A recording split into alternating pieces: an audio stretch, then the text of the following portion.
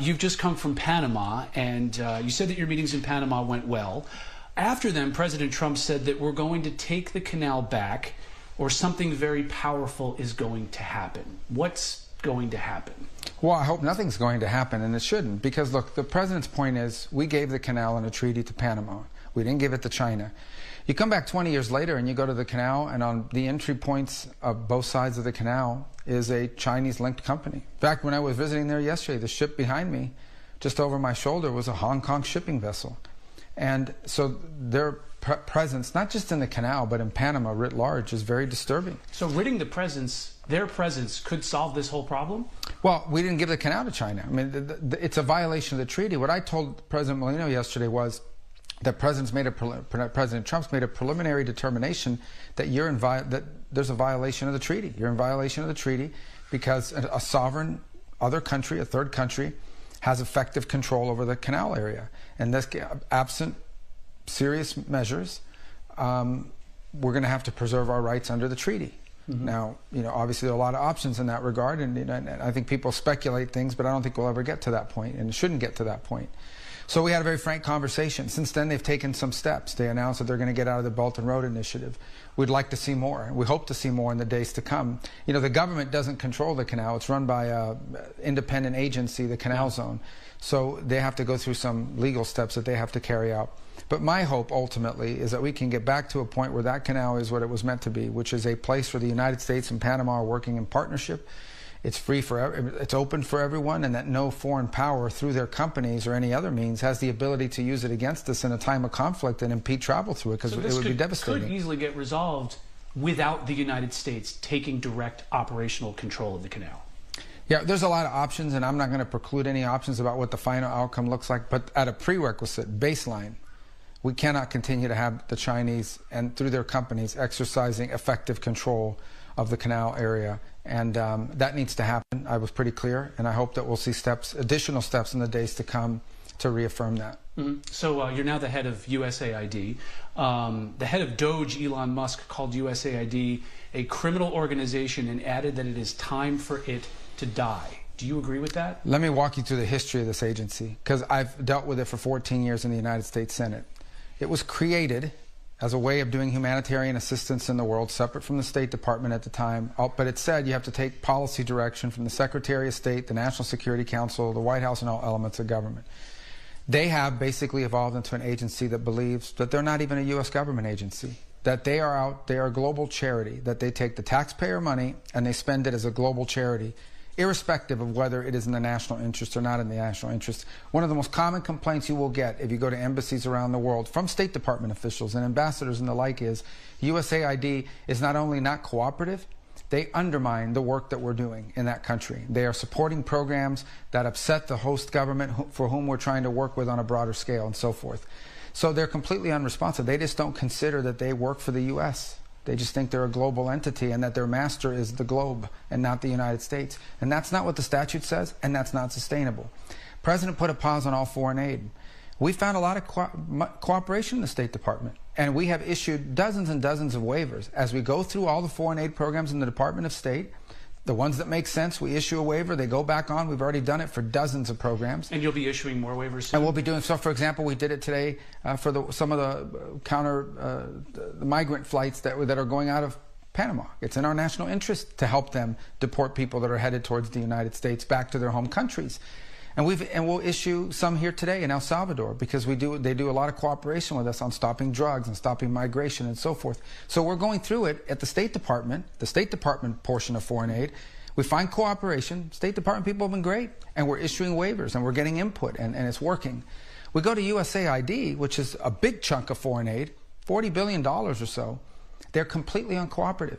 They won't tell you what the programs are. They refuse to answer questions. They try to push through payments. Even after the executive order, they were still trying to push money through the system. Can it be reformed, or does it need to die? Well, that was always the goal, was to reform it. But now we have rank insubordination.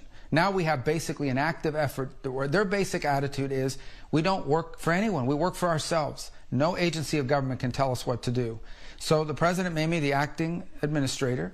I've delegated that power to someone who's there full time, and we're going to go through the same process at USAID as we're going through now at the State Department. I think there are some, this is not about getting rid of foreign aid. There are things that we do through USAID that we should continue to do that makes sense. And we'll have to decide, is that better through the State Department, or is that better through something, a reformed USAID? That's the process we're working through. There are things that are happening at USAID that we should not be involved in funding, or that we have a lot of questions about, but they're completely uncooperative. So we had no choice but to take dramatic steps to bring this thing under control. So it could exist in the future, USAID. Well, the aid, I think it's important to separate USAID from aid programs, okay? Because everybody's acting like somehow these aid programs are impossible without an agency. It's very process-oriented. I mean, do you think that we'll still be the most generous nation on earth at the end of this process? I think we'll be the most generous nation on earth, but we think we're going to be the most generous nation on earth in a way that makes sense, that's in our national interest. We are going to fund programs that make America stronger or safer or more prosperous.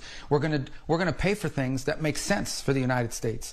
The United States government is not a charity. It is not a global charity. There are a lot of global charities, and they should go to, if you want to be involved in global charities, go join a global charity, raise private money, and spend it on whatever you want. But this is taxpayer money. It's not my money. It's not their money. It's our money. It's taxpayer money.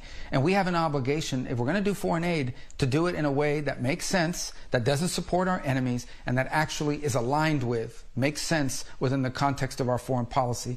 And the people at USAID, at the top levels especially, have been completely uncooperative. They don't view themselves that way. They're insubordinate. They refuse to provide access. They refuse to provide information. Not now. They don't provide access to Congress. Go to members of the Senate who have tried to get answers from USAID, and they tell them, we're not going to tell you anything. We don't work for you. We don't work for state. We don't work for the president. We don't even work for America. We work for ourselves. That's not going to continue. Do you get the sense that during this pause, or are you concerned during this aid pause, that China could come in and fill the vacuum with their influence operations? No. I mean, first of all, they don't do that now. If they did, they'd be out there competing with us in these places. But my point is this. Even if they did that, why would we fund things that are against our national interest or don't further our national interest, whether China's there or not? If China wants to waste their money on something that's against their national interest, go ahead and do it. We're not going to do it. It makes no sense for us to be involved in things that undermine what is important to America or that don't further what is important to America. And irrespective of what China decides to do, this is taxpayer money. We shouldn't be spending it on programs that have nothing to do with the United States and nothing to do with making America stronger, safer, and more prosperous. We have a foreign policy, and everything we do, including spending money, has to be aligned with that, has to further our national interests. Moving on to some of the tariffs now. You're heading up negotiations with Mexico. The president just announced that now. Do these tariffs, especially those against Canada, fundamentally change the relationship that the United States has with our most immediate neighbors? Well, it changes our economic relationship. The president's point is that trade with Canada is very unfair. You know, that he'll tell you, and he said it repeatedly, U.S. banks can't operate there. There's all kinds of industries that they protect against and do not allow to enter the country. So he views this trade imbalance and says it's unfair and needs to be reset. He also argues they have been less than cooperative on fentanyl and on the inflow of fentanyl. The Canadians will tell you that more fentanyl goes that way than the other way, but increasingly, in October of last year, they found a big fentanyl lab inside of Canada, and he doesn't feel like we're getting enough cooperation, and so that's why he's imposed those tariffs. In the case of Mexico, the president's point is much of the northern region of Mexico, sadly, and in direct threat to the Mexican government, is controlled by cartels. And so they've announced they're going to deploy 10,000 National Guard troops, Mexican National Guard troops, to their border, their northern border, and the president's decided to delay tariffs. So this is a new way of doing business, a new world order. Well, I think the president's point is America's been taken advantage of for far too long, and I think that's true across the board. That's been true on foreign aid. We have countries and places that we pour a bunch of money into, and then they vote against us at the UN every time. They support all of our enemies, and you start asking yourself, why do we keep putting money into this? Our embassies say it, and the USAID says, we don't care, we're going to keep doing it anyways. In other cases, when it comes to trade, there are countries around the world where their companies can do whatever they want in America. They can do anything they want in America, but we can't do it over there. So there's this process called reciprocity, equal. Whatever you charge us, we get to charge you. Whatever you allow us to do, you're allowed to do. Whatever you block, we're going to block. And I think the president's a big believer in reciprocity, in evenness, in fairness. For some reason, I don't know how this happened, but over the last 20 or 30 years, we felt like it's okay for countries to take advantage of us. And that's just not going to continue under President Trump. Okay. Mr. Secretary, thank you for joining us. Thank you. As part of all of this, the president again said that Canada should be our cherished 51st state. Is he serious, and are you working on that at the State Department? Well, we're not involved in a negotiation to make them a state. And obviously, I think what we're focused on right now is what's most immediate in front of us, and that is that there's tariffs. That's obviously going to have an impact on our relations with them. We're still neighbors. We'll always be neighbors. Canada will always be our neighbor. Mexico will always be our neighbor. We can't move. You can't move to another neighborhood, right? So we're going to have to live alongside each other. And I hope we can find agreements. Again, we're the Department of State. We're the diplomats. So we're looking for ways to find things that are amicable. But I do think that neither Canada nor Mexico should make the mistake of thinking that this is bluster or that the president is just talking for purposes of negotiating leverage. He is serious that the U.S. is not going to be taken advantage of. And it's not just limited to Canada or Mexico. He's talked about some of the unfairness in the EU. He's imposed additional tariffs. We already had tariffs on China. These are additional tariffs. And can China expect more, do you think, on top of what he's already proposed? Well, if they continue to cheat and steal, yeah, absolutely. Look, China's acting in their national interest. I don't like it, but I don't blame what the Chinese leaders are doing. They're doing what any leader of a country would do. If you let them take advantage of you, they will. So I think he wants to bring fairness back to that relationship. And obviously China's going to be upset that we try to bring fairness because they've had a really good deal, an unfair deal for a long time. The president is going to make that equal. And look, that's going to create outrage in Washington and in editorial boardrooms. But millions of people, whether they're watching this broadcast or just living in real world America, say, of course, this all makes sense. All of it makes sense to them. Bringing it back to our region right now, Venezuela is taking back migrants that the Trump administration is deporting. They've released American prisoners. Maduro doesn't seem like the type of person to be doing things just out of the goodness of his heart to help the United States. Is this administration going to recognize Maduro as the legitimate leader of Venezuela? There's no talks about doing that. No one's discussed it. We don't recognize him now. What he's agreed to is very simple. He's released Americans that should never have been in his prisons. They were hostages. They're not prisoners. They're hostages. He takes them for trade. And he's going to accept, especially these train de agua criminals. We'll see if he actually does it. I hope they do. We got to get these people out of our country. They came from Venezuela, came through a bunch of other countries, wound up here, committing crimes in the United States.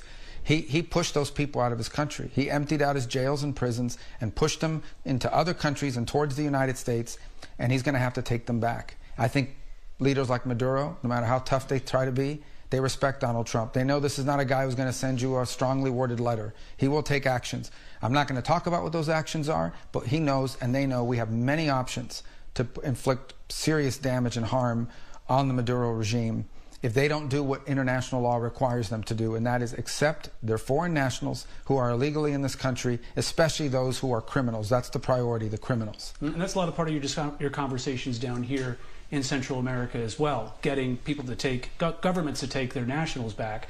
But will they also take back people from other countries that we can't deport directly to? Well, I think we'll leave here today with two things. First of all, President Bukele here in El Salvador has always taken back their nationals. It's been a very strong partner of the United States. The Biden administration treated him very poorly. Probably the most popular leader in Central America, maybe all of Latin America in terms of public approval ratings. And because he made this country safe. He really did. And very popular. So he's always been willing to take back his nationals. He's taking them back. He'll continue to do so. And I think he'll agree to take back these MS-13 killers. He's built this prison system here to house them. And I think he's willing to take back these train de agua criminals that are not El Salvadorians. But he's willing to house them in these prisons that he's built as well, because he's an ally of the United States. And we'll see that in other countries as well, do you think? Well, every country has a different level of capacity. But he has become sort of an expert in the region at dealing with crime and gangs in the street. Look, El Salvador is a country where 5 years ago, 6 years ago, you couldn't go out at night. You couldn't be out after half dark. There were people here. I used to, when I last here 2 years ago, you would talk to vendors, street vendors. They would tell you that every week some kid would come by on a bicycle and collect protection money from the gangs. If you didn't pay them the protection money, they'd cut off your daughter's ear, they'd cut off your son's hand, they'd kidnap them. That's gone. All that extortion is gone. He basically wiped up all these gangs and put them in these prisons, and they're gone. This is now a safe country. He's a leader in that. You see what it's done in El Salvador.